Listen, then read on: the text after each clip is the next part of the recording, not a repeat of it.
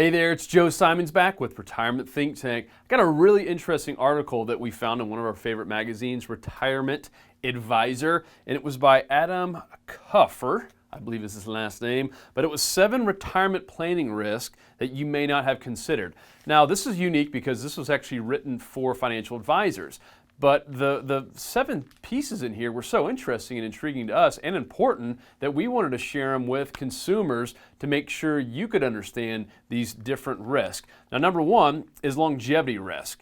And medical advances obviously are leading to people living longer and longer lifespans. But when a retiree lives longer, not only do you run a greater risk of depleting your assets, but you kind of lose perspective on just time itself. And this can have a significant impact on just behavioral changes, meaning some people just don't think about the future, which is why a lot of us haven't saved enough. And a bad choice or a bad decision on retirement or where you're spending your money in the first couple of years might not seem like much, and you might not feel the impact right away, but over time this could have a really big catastrophic and compounding effect. So that's number 1, is longevity risk in a different kind of sense. Number 2 is frailty risk.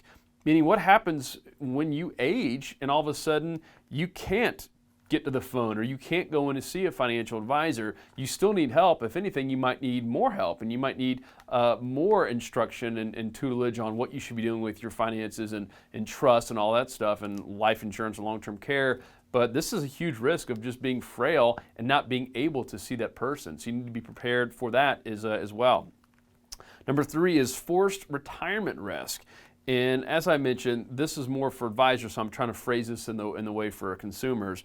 But what happens if you had a plan to work at the same company until you were 67 years old, and all of a sudden you were either forced to retire by them or you were forced to retire for some health issues, which happens every single day here in America. It could happen to you. Are you prepared for that? If you all of a sudden got sick at age 60 instead of 66 or 7 when you plan on retiring, are you prepared for that? And how are you going to be able to adjust your retirement planning to fix this issue? Number 4 is loss of spouse risk. This is one that we don't like to think about. Having one of our life partners, our best friend or spouse, pass away unexpectedly.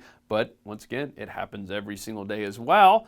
And what happens with your family income and your retirement plan when one of you does pass away? Is it the main breadwinner? Is it not? Do you have life insurance in place? A lot of people make the misconception of thinking, oh, hey, I don't need life insurance because, we're doing fine, and as long as we keep working and this happens, we'll be fine. But if all of a sudden that person dies unexpectedly, that can completely change your entire perspective and plan on retirement. That's number 4. Number 5 is legacy risk.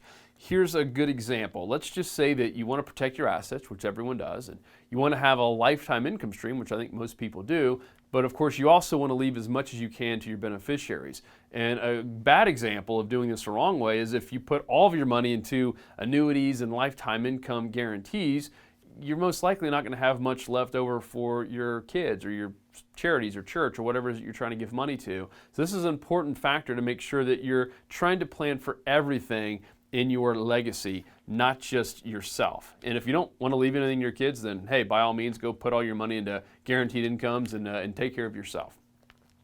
Number 6 is health care expense risk. Now, it's not a mystery that health care costs are skyrocketing and going up every single year, and will probably continue to for at least the immediate future. But the risk is how can we plan for this risk when we can't really quantify the cost? Meaning we don't know how much it's going to go up over the next couple of years. And the example here is great. Just like a math problem, if you have too many unknown variables, it's really tough to solve that math problem, right? Well, it's the same thing in your retirement. If you have too many variables, it's going to be really tough to get focused and know how much you really need to save for rising healthcare costs. So his example to financial advisors to give to you, which I think is good, is track your expenses like to the penny for a few months. Like every single penny in and out that's going in, and just track it and see how much is left over, so you can at least know how much discretionary income you even have to play with, and then you can start forming a plan on how much you're going to have for the rising healthcare cost. The final one is long-term care risk.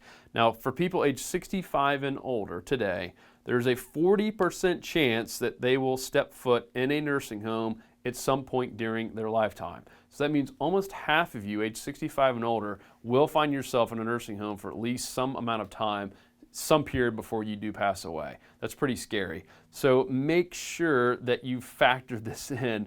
This could be the most damaging inflationary force out there, is this rising long-term care cost if you're not prepared for it. So if you can get long-term care or even a hybrid long-term care policy inside of an annuity or life insurance plan, then awesome. I would say this is a really, really important one. So I wanted to share this with you. These are the 7 long-term care risks. This, once again, is in Retirement Advisor by Adam Cufr, who's the founding principal of Fourth Dimension Financial Group.